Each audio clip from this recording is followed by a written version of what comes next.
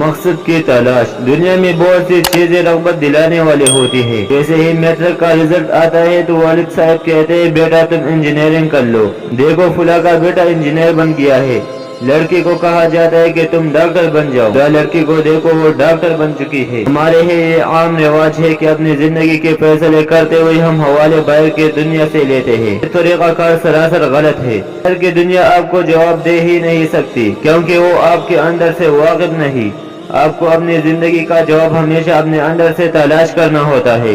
जब आप बाहर से जवाब लेते हैं तो जवाब बड़ा खतरनाक मिलता है। मुमकिन है आज आपको कोई चीज बड़ी अच्छी लग रही हो, मगर वो गुजरने के साथ शायद वो आपके लिए बेमाना हो जाए।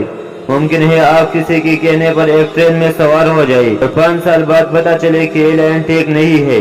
इससे कई गुना बेहतर है कि आप अपने अंदर तलाश कीजिए और देखिए कि मुझे किस ट्रेन में सवार होना है। मुमकिन है जिस ट्रेन में आपको सवार होना है वो ज्यादा खूबसूरत न हो, आपके अंदर से जवाब आ रहा हो ये मेरे लिए बेहतर है। इसलिए आप अपने सलाहियतों को तलाश कीजिए कि अपनी सलाहियतों के बारे में कुदरत आपको इशारे देती रहती है। इन इशारों या इन सलाहियतों को समझने के लिए रोंडा बरन की किताब द हीरो बहुत अच्छी है।